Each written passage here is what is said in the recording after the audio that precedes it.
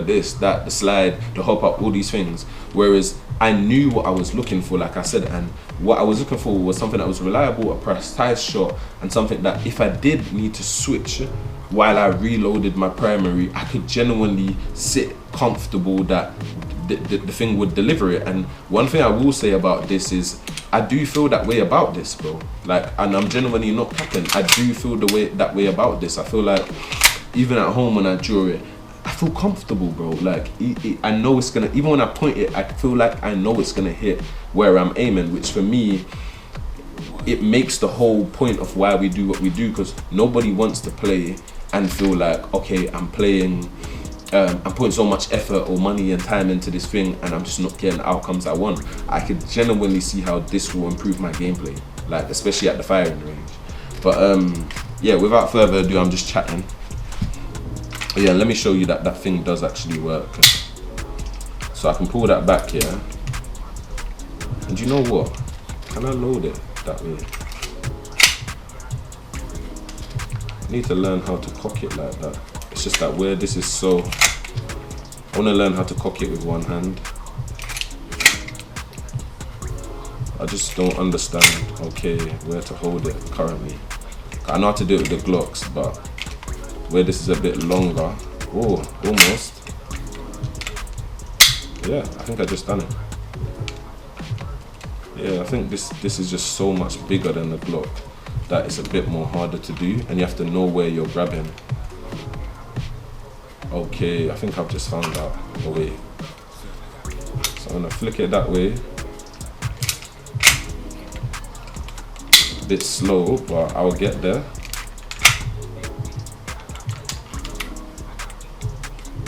The thing is, I want something I can actually hold and hook it.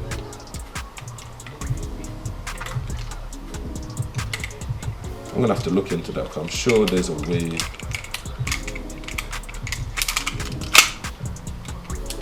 Looks mad awkward though. I'll get there, peeps. I think I'm gonna have to do that in my own time. I want to learn how to do it. I've seen somebody cook it, but his gun was obviously a bit smaller, so that's maybe why he was able to do it so easy. Yeah, can do it, but it's just not as fast as I would like it, and it seems a bit still fiddly. It's like you have to do that, flick it back into your hand and get comfortable. So yeah, I hear it. I'm gonna have to work on that for you guys.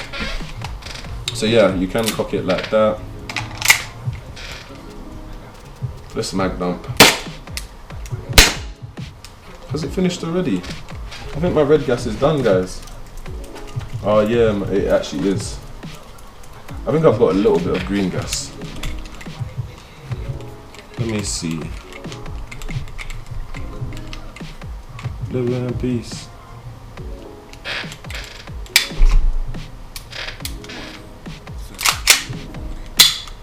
Okay.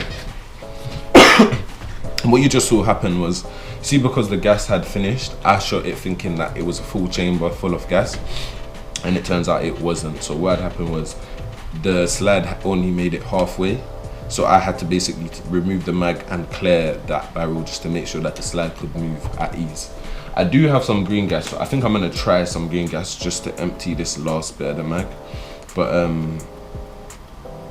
I won't take this as the official testing that I was talking about, the green gas.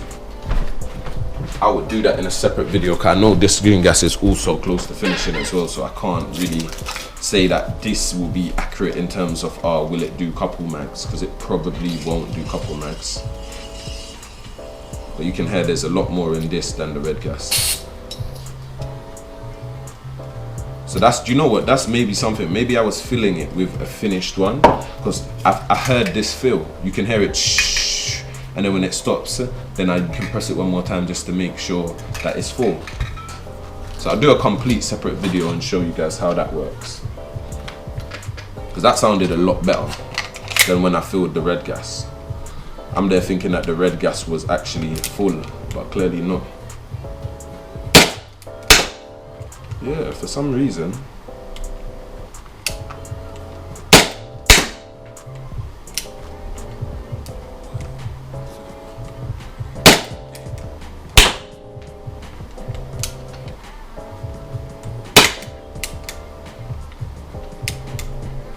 That's very interesting.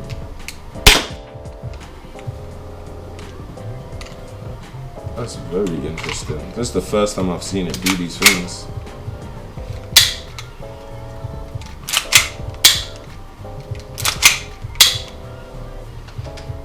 Maybe it is the gas, you know, because like I said, I'm filling it with gas that's almost finished.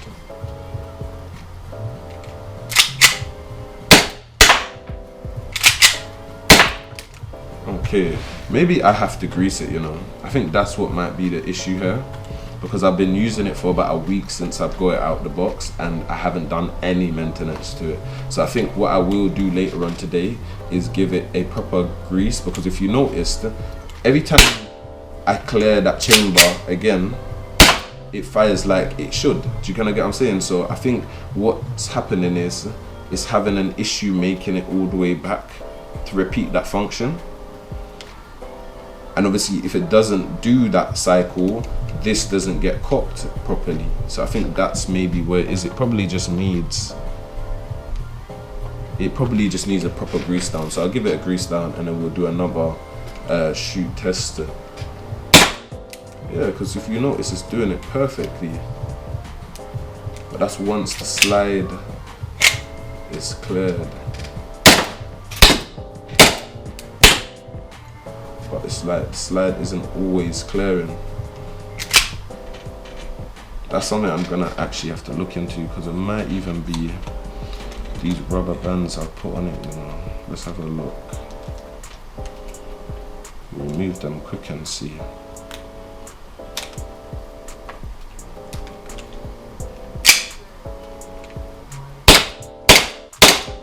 So it looks like it was them rubber bands. But if you notice, it's doing it fine now, shooting fine.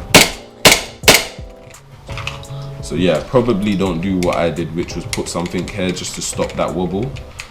That wobble looks like it's meant to be there, just to give you that reliable shot. The only thing I will also say just before I finish this video is like, one thing I've noticed with Vorsk pistols is like, because they come custom anyway, don't do anything to them. If you're gonna do anything to them, only make it be basic things like upgrade a trigger or a barrel. Basic work, because that's one thing I've clocked. Like most things I've done to my Vorsk guns, I've had to remove them in the end because they almost mess up the functionality of the gun. Whereas I feel like with WE, the stuff I've done to my WE, I've been able to leave because they don't come upgraded. They just come as a standard gun. These, well, both of them, yeah, like all my Vorsk pistols, they come custom, so there's no need to do anything to it. That's something to keep in mind, because I've wasted a lot of time and money and resource doing things to it for no reason, because like I said, I end up in the end having to change it or take it back off. But yeah, like you can see, it's firing perfectly fine now. I think we're all out, if I'm correct. Are we? Yeah, we're all out. So I think that's one thing. I'm gonna have to try and test a full batch of gas, because you can just hear this is not full at all, but I like to use something until it's done. That's the yardie in me. Get my money's worth, eh? And I would just say I wish the chambers were slightly bigger on these, but what I think I might do is just look into other brands, mags. That's actually a good point. Look into other brand mags, because maybe just like, you see when I bought the Vorsk, remember I ended up buying a WE mag for the Vorsk, and I was happy with it because I felt like I got a bit more out of that mag. I think this might be the same thing. I might just end up having to grab a couple mags from different brands just to see the difference in the reliability and the capacity. And I definitely need new gas, because that's part of the issue we're facing today. I can't even blame the pistol, because the moment I correct it, if you notice, the pistol corrects itself, so I have to blame what I'm doing, to be real.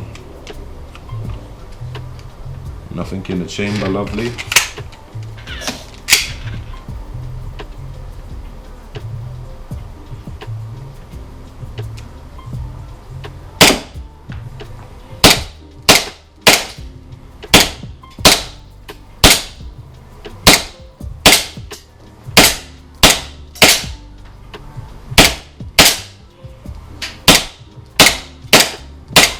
From so far as well, for me, I just think it's so cool.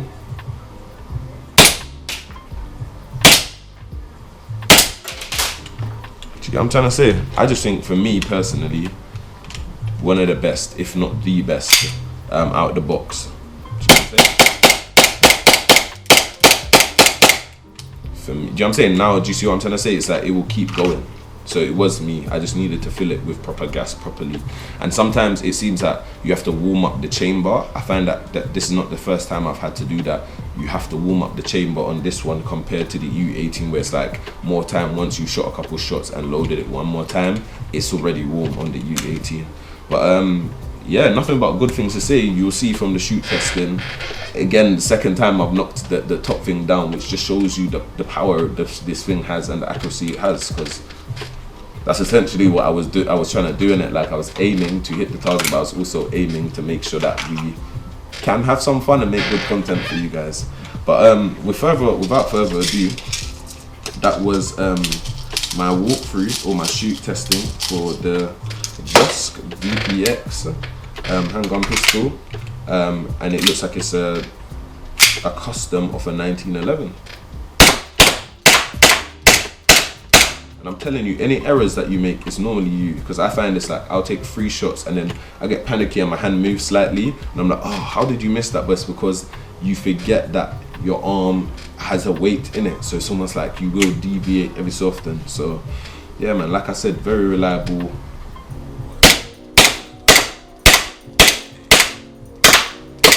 I'm very happy with it. Very, very happy with it. Very, very happy with it. But yeah, so yeah, that was the Vorsk VPX, and I think I will take it down and grease it because I can feel it. It's like it could be moving slightly smoother, and I think just so that it's greased up and ready for the next game, I think I will just open it up tonight and give it a once over. But yeah, without further ado, peeps, thank you for taking your time out and spending your time with Airsoft Special Ops, and this is the Vorsk VPX.